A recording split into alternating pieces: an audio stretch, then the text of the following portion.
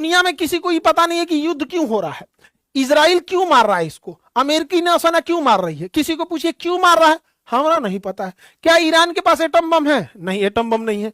America ने B2 spirit से 5 महीना पहले बम मार के गिरा दिया था, कहा था कि सारे न्यूक्लियर साइट खत्म कर दिए, तो नहीं है पता है। क्या ईरान ने आक्रमण किया है? तो नहीं किया है।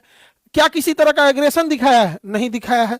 क्या कोई प्रोवोक किया युद्ध के लिए? नहीं। ये लोग क्या किया है, खुद जाके मिसाइल मारा है, खुद उस पर हमला किया है, उसके ऊपर 14 टन का बम गिरा दिया है, सैंक्शन लगा दिया है, प्रतिबंध लगा दिया, उसका तेल बिकने नहीं दे रहे हैं, उसका नोट चलने नहीं दे रहे हैं, उसकी करेंसी बर्बाद कर दी है। वहां महंगाई इतनी भयानक हो गई है, फिर भी वहां की जनता अभी उतना विद्रोह नहीं की है जितना ये लोग चाह रहे थे।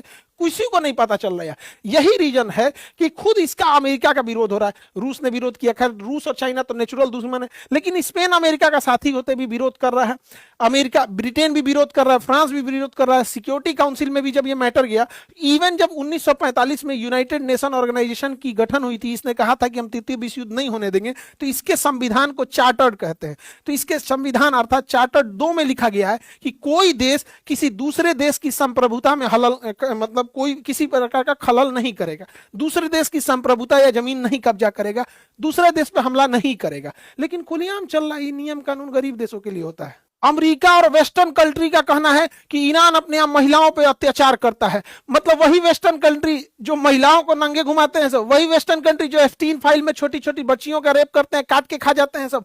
हमारे यहाँ हमें मीडिया, बाप रे बाप, भारत के लिए सबसे बड़ा खतरा, गृह युद्ध कराएंगे सब मीडिया, सब न्यूज चैनल पे बैठी 20 कन्याओं को कुछ नहीं दिखता है, तबाह कर देंगे सब पूरे घर द्वार को यहाँ पे। इसके हिसाब से, न्यूज चैनल के लोगों के हिसाब से खोमैनी खराब है क्योंकि इन्होंने बहुत अत्याचार किया है। लेकिन ट्रंप के खिलाफ एक बात नहीं निकलेगा इनसे। खोमैनी खराब है, लेकिन भैया ये ट्रंप उघारे नाच रहा है, ये करो तो बोलो, तुमको कोई मतलब नहीं है अपने देश के लिए डिक्टेटरशिप क्या किया उससे मतलब हम लोग को नहीं है। इसका कहना है, देखिए डबल स्टैंडर्ड, इसका कहना है कि खोमैनी ने हिजाब करा दिया, ते बबनी इहो हिजाब लगेलिए सऊदी अरब वाला, इन्हों पे बोलो, इनका पे ना बोलेगा, बोलने का मतलब समझ रहे ना, सेम चीज है। अगर हिजाब पे आपको बोलना ही है तो ईरान के साथ साथ सऊदी अरब को भी लेंगे। सऊदी अरब से तो तेल मिल रहा है, जब तेल बंद होगा, रिश्ते टूटेंगे, तब हमारे अंदर का ज्ञान निकलेगा। इसको ये सबसे दिक्कत है, लेकिन उघारे घूमने से कोई दिक्कत नहीं है। मतलब ये है आजाद मॉडर्न। किसी भी देश का इंटरनल मैटर में वहां समझो भाई ये सऊदी अरब है, अपने यहाँ हिजाब करेगा नहीं करेगा हमसे क्या मतलब है। सऊदी अरब में अभी ये कुछ दिन पहले गाड़ी चलाने का लाइसेंस दिया, हमारे देश में आपकी मर्जी आप कर सकते हैं, आपकी मर्जी आप नहीं कर सकते हैं। लेकिन अभी देश के समय सबसे बड़ी समस्या क्या है, न्यूज चैनल की 20 कन्याओं ने नेशनल पॉलिसी और मीडिया का नैरेटिव दोनों अलग होते जा रहा है। ये किसी भी देश के लिए सबसे घातक होता है। हमारी नेशनल पॉलिसी, अरे भैया सरकार से बोलो ना कि गरिया दे ईरान को, हम लोग भी गरियाने लगेंगे। नेशनल पॉलिसी कहीं और जारी है और पब्लिक का नैरेटिव ही सब कुछ और बैठा रहे। यही होता है किसी भी फेल्ड कंट्री में। क्या होता है, बांग्लादेश में क्या हुआ, नेशनल पॉलिसी कुछ और थी, मीडिया का नैरेटिव कुछ और था। श्रीलंका में क्या हुआ, नेशनल पॉलिसी कुछ और थी, नैरेटिव कुछ और था। पाकिस्तान क्यों फेल्ड हुआ, नेशनल पॉलिटिक्स कुछ और है, संविधान कुछ और कहता, पब्लिक कुछ और करी। तो इन लोगों से थोड़ा बच के रहने की जरूरत है, वरना ये लोग भी भारत को चौपट कर देगा। हमारी नेशनल पॉलिसी है, हमारा सरकार जिसके खिलाफ है हम खिलाफ रहेंगे, तुर्की के खिलाफ है तुर्की के खिलाफ रहेंगे, चाइना के खिलाफ है खिलाफ रहेंगे हम यहाँ पे। लेकिन मीडिया में बैठी 20 कन्याओं को पता नहीं किसने अधिकार दे दिया कि ये लोग आके न नॉलेज न कुछ, अब बकैती चालू कर देते हैं। ईरान, अमेरिका और इजराइल की लड़ाई में भारत की नौसेना के ऊपर एक तरह का बड़ा धर्म संकट हो गया, क्योंकि भारतीय नौसेना ने मिलान एक्सरसाइज में और ईरान को बुलाया था और हमारी ईस्टर्न नेवल कमांड ने ट्वीट किया था ईरान के बारे में, बड़ा अच्छा अच्छा बात किया था, ब्रिगेड ऑफ फ्रेंडशिप वगैरह, इंडियन नेवी को यहां शामिल किया गया था इस सब के लिए यहां पर। लेकिन जब युद्ध समाप्त हुआ, ये युद्धाभ्यास समाप्त हो गया, तो ये विशाखापट्टनम से लौट रही थी जहाज ईरान के लिए, तब तक रास्ते में युद्ध हो गया। ये शिप जब जैसे इंडियन ओशियन को पार, बंगाल की खाड़ी को पार करती है और श्रीलंका के बाहर रहती है, तब इसे यहां रुक कर श्रीलंका से अंदर आने की अनुमति मांगती है डॉक करने के लिए। तब तक यहीं पर एक अमेरिकी पनडुब्बी से मार के डुबा दिया।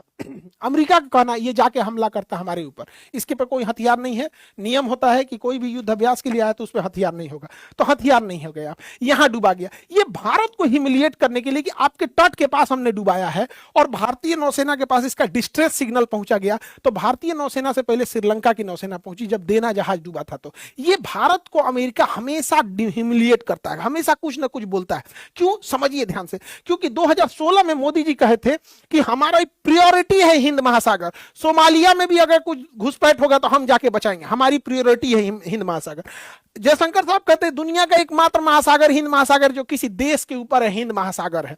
हम लोग ये कहते हैं कि हम लोग गार्डियन ऑफ द सी है, ये पूरा हिंद महासागर के हम गार्डियन है, पूरा हिंद महासागर। तो भैया तो इसी के अंदर ये आता है। यहाँ पर श्रीलंका ने कहा कि हम लोग ह्यूमैनिटी के साथ हैं यहाँ पर, और श्रीलंका ने इसे बचाया था, वहां के लोगों को डिस्ट्रेस सिग्नल जब आया था, हमारा नहीं। अब आप सोचिए कि हिंद महासागर में अगर कोई जहाज डूब रहा है तो रेड क्रॉस और इंटरनेशनल रूल है कि अगर कोई जहाज युद्ध में डूब रहा है या कोई सैनिक घायल है तो उसे कोई भी देश बचाएगा। तो अब बताइए हिंद महासागर में श्रीलंका पहले पहुंच रहा है हम लोग से। अच्छा, अगर श्रीलंका है तो हमने ही तो बोला है कि ये गार्डियन ऑफ द सी हम लोग हैं, ये प्रभाव दिखाता है। हमें नहीं मतलब है कि उसके बचाने से होगा या कुछ होगा। हम कहां पंचायती जाते हैं? जहां हमारा प्रभाव है। तो पंचायती हम वही कर सकते हैं कि हमारा प्रभाव जहां है, तो ये प्रभाव को दिखाता है। 1971 याद कीजिए, 1971 में अमेरिका का 7वां बेड़ा आया था, हम लोगों ने कोई वैल्यू नहीं किया था, हमारे ऊपर परमाणु बम मारने आया था। तो ये चीजें थोड़ी सी खराब हो जाती हैं। हालांकि विदेश नीति में बड़ा नाजुक चीज होता है, दोनों ओर से बैलेंस बना के चलना कि इजराइल अमेरिका, क्योंकि ये दोनों बड़ा, अमेरिका बदतमीज देश है। आप अगर मानवता के नाम पे हम बचाने जाएंगे ससुरा पाकिस्तान को हथियार देगा, तो हम लोग बड़ा नाजुक दौर पे चल रहे हैं। लेकिन हम क्या सोचते हैं, इससे ज्यादा इंटरनेशनल रिलेशन में मायने रखता है बाकी देश हमारे बारे में क्या सोच रहे हैं। जैसे हम छोटा सा बात बताते हैं कि खालिदा जिया बांग्लादेश में इनकी मृत्यु हो गई, स्वाभाविक मौत से मरी, कोई ने मारा नहीं। ये भारत के खिलाफ रहती है। शेख हसीना भारत के साथ, ये भारत के पूरा खिलाफ रहती है। इसकी मृत्यु पर पीएम मोदी ने शोक बताया। जबकि ईरान हमारा मित्र है, वहां 165 लड़कियों की मृत्यु हो गई बम मार के। वो अमेरिका जिसका पिन पॉइंट एक्यूरेसी होता है, जहां चाहेगा मिसाइल वहीं मारेगा, तो फिर स्कूल पे कैसे मिसाइल मार दिया। और इस पर अभी तक किसी तरह का ऑफिशियल शोक प्रकट नहीं किया गया। जबकि ट्रंप की खुद की भतीजी ने, मैरी ट्रंप नाम है, उसने कहा कि दुनिया का कोई इसे जस्टिफाई कर सकता है? नहीं कर सकता है। तो ये विदेश नीति में हम लोग को बड़ा बैलेंस बनाने का मतलब ये नहीं कि हम एक ओर सट जाए फिर भी बैलेंस ना। ये तो एक मानवता वाला चीज होता है। और ये कौन सी दोस्ती हो गई अमेरिका से कि अमेरिका की दोस्ती की वजह से हम किसी के निधन पे भी शोक न व्यक्त कर सके।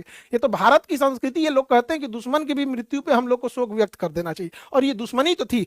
हम लोग क्या है, तुर्की को तो भर भर के मदद दिए थे लोग। हमारा दुश्मनी ही तो है तुर्की। वहां पे जब भूकंप आया था, एहसान फरामोश सब भूल गया भारत की, आज भी भारत के खिलाफ रहता है तुर्की।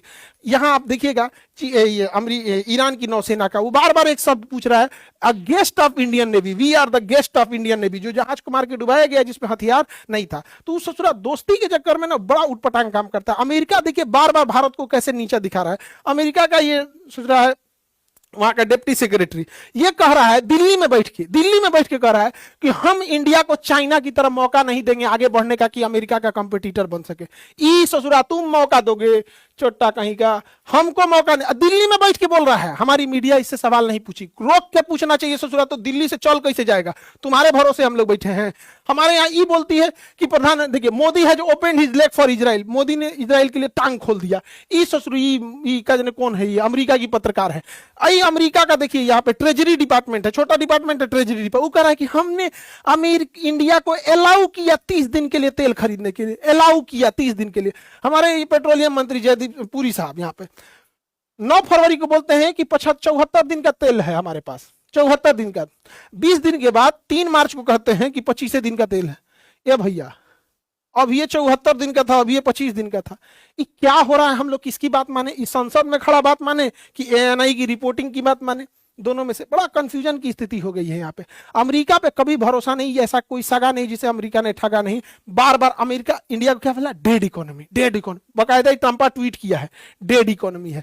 जब यहाँ पर उसने डी बोर्डिंग पॉलिसी लाया था, जेल में हथकड़ी लगा लगा के भारतीयों को इसने डिबोट किया था। यहाँ पर H1B वीजा का रेट बढ़ा दिया, किसी को भारतीयों को घुसने नहीं दिया, और कहा कि भारतीय इंजीनियरों के बदले अमेरिकी इंजीनियरों को रखे।